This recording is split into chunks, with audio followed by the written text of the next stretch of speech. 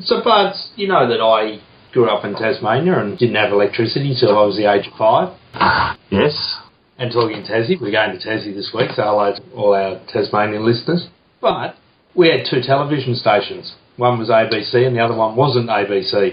And when it was time to go to bed, well, we had this character called Rupert Rabbit who would tell us it was time to go to bed. Good night, everybody. Was there an equivalent in Melbourne when you were growing up? No, I don't think so, mate. We had 4 or 5 stations and went to bed when we wanted. You didn't have Humphrey B. Bear or Fat Cat or anyone telling you to go to bed? Humphrey and Fat Cat were hanging out. Had aggro in the morning with Cartoon Connection. But no one telling you to go to bed? No. Well, I think Rupert Rabbit's told Wetters to go to bed. Rupert's been up to his old tricks, has he? Well, Wetters has gone to bed. He's so devoted to this World Cup. People are not going to be able to hear his lovely dulcet tones until it's all over. So we press on. Fair enough.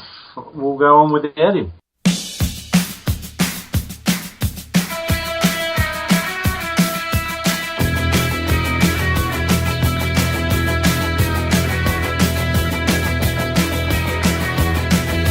So, scores from Saturday afternoon's game. How good was and that? Wetters was able to go because it worked into his sleeping patterns.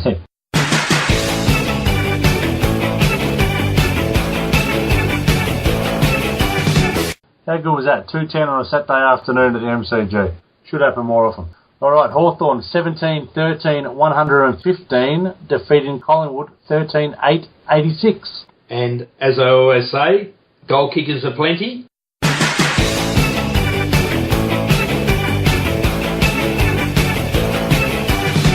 It was indeed 10 again, mate, and we had Bruce 4, Roughhead 3, Rioli 2, Shoemakers 2, Segler, Sewell, Hill, Puopolo, Gunston and Smith 1 apiece. And we had a guy called Showmakers playing up the forward line. We did, and he looked quite comfortable up there, I thought. Gunston was pretty quiet. Yeah, he was struggling to get into it a bit. Yeah, took the one good mark and kicked the goal there, but struggled overall to get into it. But that's all right, other blokes are stepping up. You can't be there every week. So you're 5-4-3-2-1.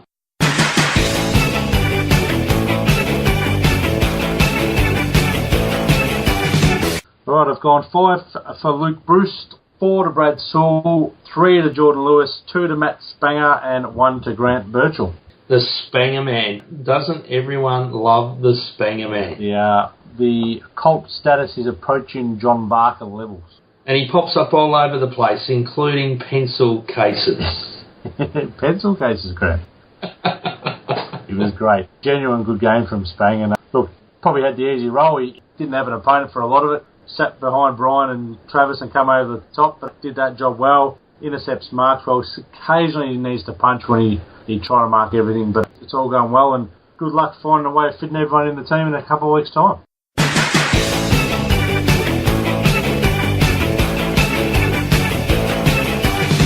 Well, who goes out if Gibson comes in? Is it the butcher, Duray? Yeah, the only thing with that is that Duray's probably our lockdown defender. You know, he's sort of playing that Guerra role where he gets the opposition's good small forward. We may be a little bit big for that for Gibson to do that role. So, yeah, I don't know how they're going to work it, mate, but it's probably a good problem to have. Maybe Litherland. I think we've probably saw the first signs of him as a first-year player not coping as well in that Collingwood game. Yeah, I thought he did a few good things. I thought he was better against Collingwood than he was against Carlton. Thought he did a few good things, but yeah, look, he's probably logical one to go out, but he's shown plenty, but straightened to come back in as well, so it's going to be interesting.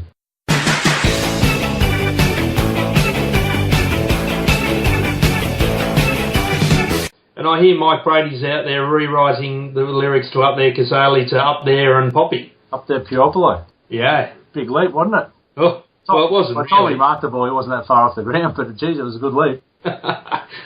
Claiming that one as Mark of the Year. Oh, I think there's a few that have got him covered from what I've seen, but look, he jumped up there. Mind you, he's 4 foot tall when he did take it over Hale and Witts, I think it was, so a couple of ruckmen in the pack and he's pulled it in, and better still just went back and slotted it from 45.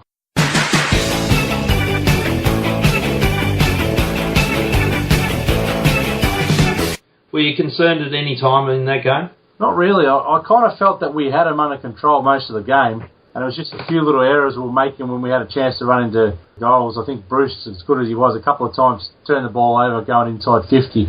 So it sort of just felt like we'd get 2 in a row at some stage and start opening up a gap, and it took a bit longer than what we hoped, but we got there in the end.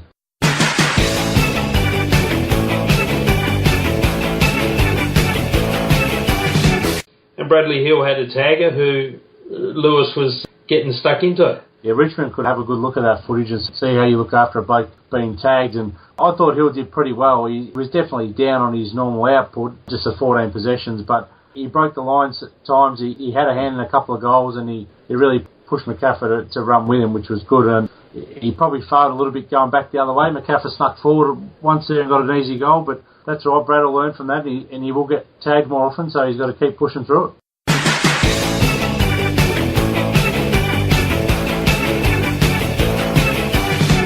And talking Richmond, the papers were pretty late with the news that I delivered weeks ago that Cochin should be a target. I don't know if they've been reading Big Footy or what their story is at Herald Sun there, but they decided to run the story. I've got Richmond supporters coming to the pub telling me they're not coming back if we get him. So it's not really our fault. Have a look at your own club. So, look, it's interesting. He'd want to change the way he goes about it, like the way he was highlighted on a couple of the footy shows last night. He kicks the ball short and backwards a lot, runs in a position to get the 1-2 easy kick. So he's a better footballer than that. I think Richmond have a style for him. I'm sure he'd be a better player on our side.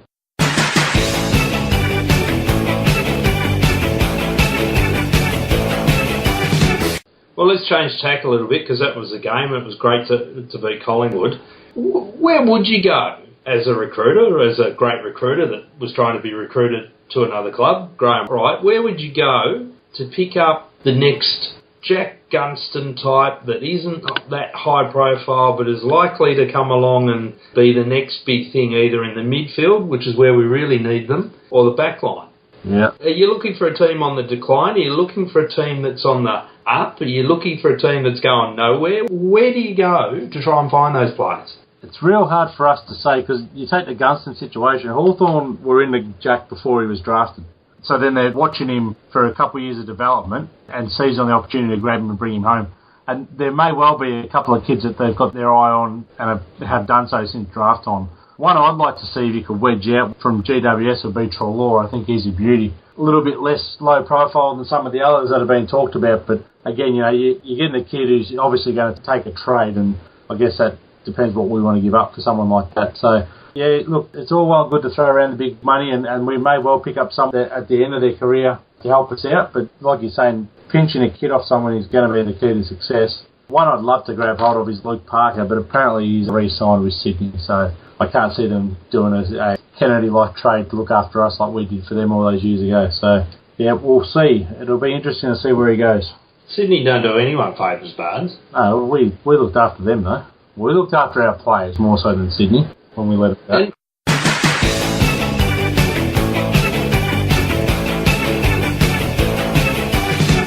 I think we've got a lot to offer in a trade. Yeah, who would you be prepared to give up? Oh, we've got a goal-kicking ruckman called McAvoy. I thought you were going to say Loudon. Well, we're not giving up Loudon. He's too big. We've put too much effort into that bloke, but, you know, happy for big boy to just pass on through off to Brisbane. Who's in Brisbane that we can go for, Bards? There must be someone there. I don't think there is.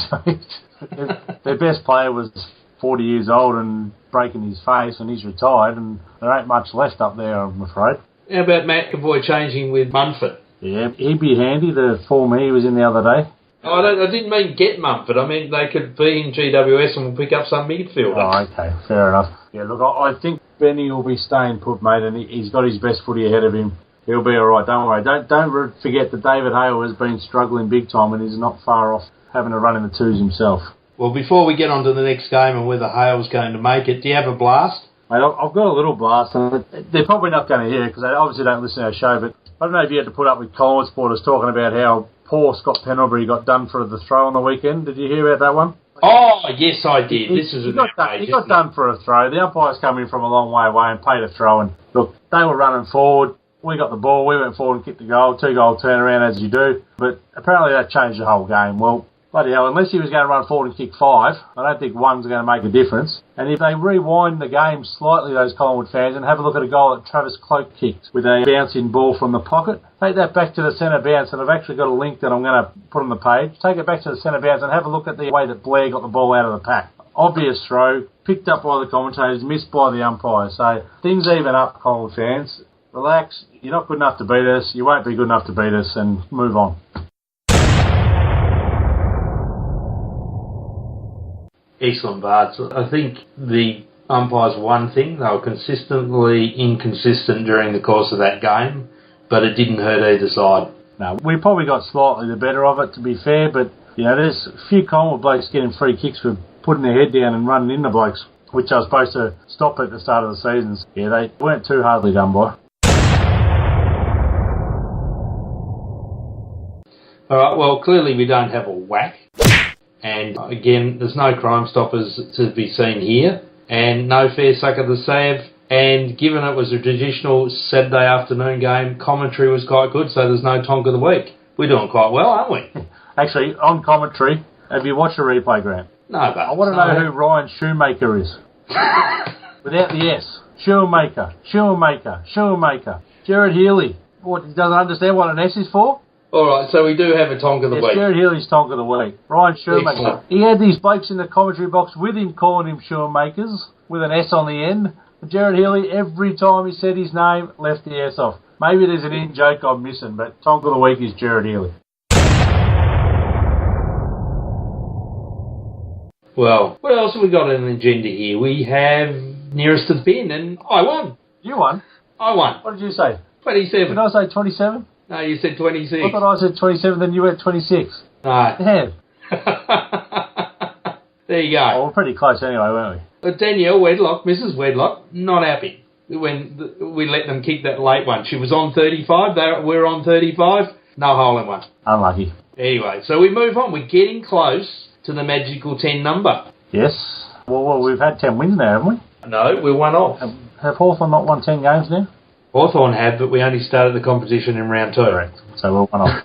We're on the verge. Good, I'll be able to get rid of the bad one soon. And we'll have to get this trophy organised. It is, of course, not a football trophy. It is a golfing trophy. So look forward to this one. And, of course, Kim Connell's going to have to get a little trophy for the hole-in-one. So we'll have to see how many others are in line for trophies along the way. So we're getting there, and it's good to see a handful of people having a real crack at this one. I'm enjoying watching the margins come in. They do vary. They do. It's good to see.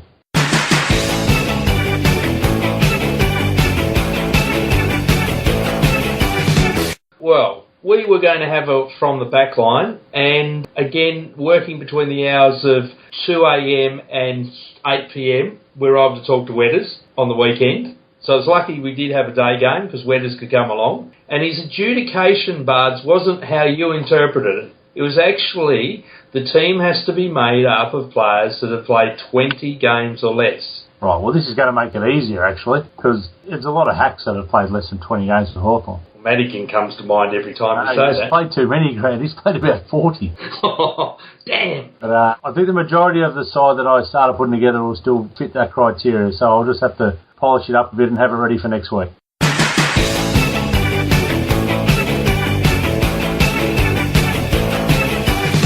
Well, let's get on to the game and bring this show to a close, Bards. But here's the favourite bit, and that is the game, which is on Saturday the 28th of June against the Gold Coast Suns at Aurora Stadium, a 1:45 p.m. start. Now, won't this be fun for the Gold Coast?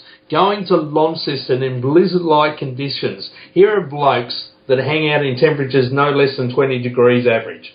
That's it, mate. I think the weather will suit us well down there, that's for sure.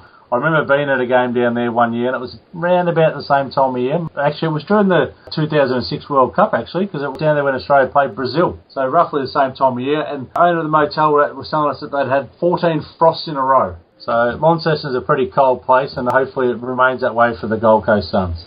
Any major changes? Can you see McAvoy coming in for Hale? I think there's a big chance of that happening. Benz obviously was told to go back to the VFL. His first game was pretty average, and then he went again last week against, albeit Casey, who are struggling a bit, but he's kicked 5 and had a huge influence on the game. So he's done what he had to do. And the reverse of that, I think David Hale's struggling, mate. I felt like he played a bit better on the weekend, but looking through his stats again, only the 9 possessions in 3 quarters of footy and 13 hit-outs, and, he's marking down again. So, look, it might be an opportunity to swap him over, refresh David a little bit. There's no Box Hill game this week, so be interesting to see what they do there. I reckon he may come back in, McAvoy. Does your mate Ben Ross get another game, or do they look to maybe switch a Woodward? Yeah. It's a tough one. I was talking to his old man last night, and we were saying that my view was that he's had 2 weeks of playing one quarter. He can't go back to Box Hill and play a game, and so if he gets dropped, then he's gone 3 weeks with only playing 2 quarters, which is not ideal for match fitness. So my feeling is that they'll actually play him this week and play him a full game.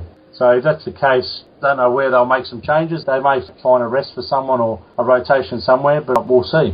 I would rest anyone with a soft tissue injury history like Rioli, because cold weather like that is just not good for soft tissue injuries. That's true, but I think the one you may find will struggle to come up is Taylor Duray. He's apparently quite sore from the weekend, so look, if he was to miss, I guess Ross could easily go to a half-back flank or play that sort of defensive role, or they can switch him around. You know, there's plenty of options at the back line there anyway. So, look, you may find that the case, and then someone will come in and be the sub. But yeah, I don't think it's ideal for Ross to be sub again, and I don't think it's ideal for him not to play. So, I'd rather give him one full game. The week after that, we're probably close to Mitchell coming back, and that's probably where he makes way. Probably see Langford come back in the side, Bards to play on Ablett. Big chance of that. As much for his education as anything. You know, he did a fairly good job on him last time. Ablett still had his 20, but didn't have a huge influence, and it would make sense to bring him back. He was pretty good at Box Hill as well, Langford, so if he's worked on a couple of things the coaches wanted him to, he may be back for that role. Certainly depth in Box Hill, and there we were about a month ago questioning Jordan Kelly, and he's popping up kicking goals all over the place. Yeah, there's plenty going on down there. It's going to be interesting coming into the year when there's a couple of blokes who are going to have to make way for new kids off the draft, but good problem to have.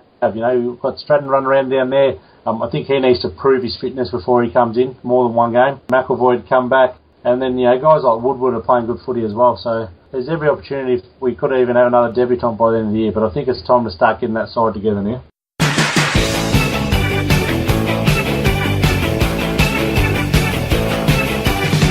Alright, well, nearest to the pin. 4!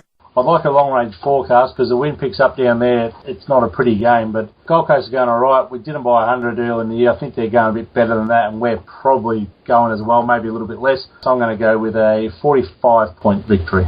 Alright, well, there'll be no splitting points this time round. 4! Because I'm only going for 17, because I expect it's going to be cold, wet and horrible. And notwithstanding, that's not going to suit Gold Coast. The wind will play a big factor in a low-scoring game. Yep, fair enough. All right, on that note, it's Go Hawks.